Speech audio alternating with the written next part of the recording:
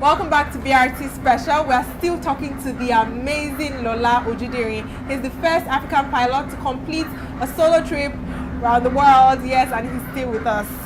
So, I want to know, what were you doing at the exact time when the idea popped into your head to become the first African pilot to complete a solo trip?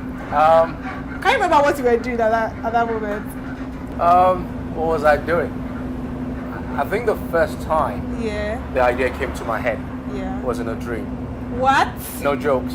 Are you joking? No, I'm not joking. I actually woke up. This is epic. And I'll tell you how it went in that dream. I woke up in the dream and I was in a car and I saw newspaper vendors on the street, and they had my name on my picture on the front page saying first African to fly around the world. What? It was that specific? I promise you it was. So it was like, you know, when I experienced a lot of setbacks on this journey. Definitely. And every time I wanted to give up, I kept referring back to that dream because I kind of felt like, but I saw it.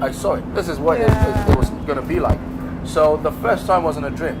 And then the obvious part, which was start putting plans on paper and, you know, but it wasn't as easy as I thought it would be.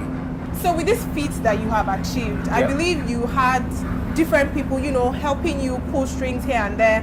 And, you know, little Birdie told me that Project Transcend was actually huge on this. So tell us, in what particular ways did they help you make this dream become a reality? Well, so logistically, you can't plan a project like this without having a lot of logistical support.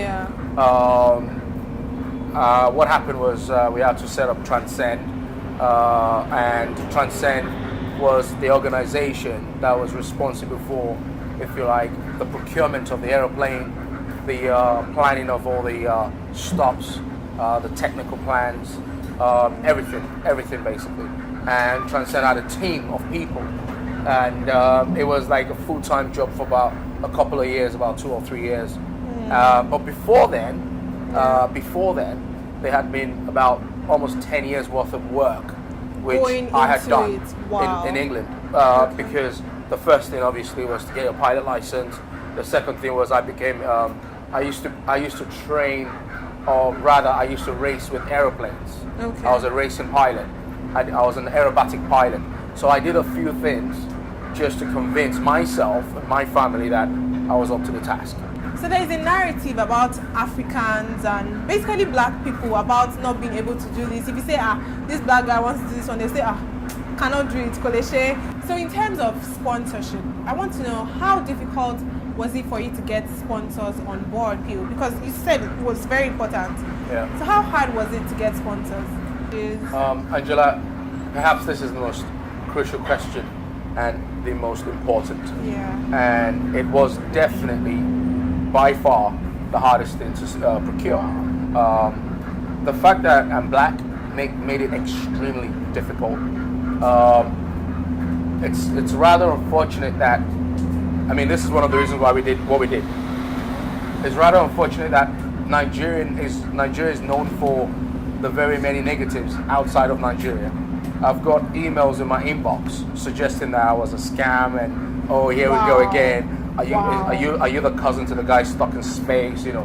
Really funny thing, even from Nigerians who, you were trying to put us on the map. Absolutely. You know, it's kind of ironic as well that the level of support didn't even come from Nigeria that was expected. It came from outside Nigeria. But you know what? This is why we're doing what we're doing, to change people's mindset about supporting their own. I met an American recently and said, wow, a Nigerian flew a plane around the world? That's amazing. Now, when another Nigerian kid comes up and says, I want to do something similar, it's not going to look like what you're talking about. And do you know what? It's an icebreaker, because getting funds, a lot of people put a lot of things into perspective before they give you the funds. For example, people say they don't do it, but subconsciously they do it. Oh, black people, you guys don't fly. You guys don't fly like that around the world. Wow. You guys are not adventurous. So it was very hard getting the initial funds, which was why the project took a very, very long time.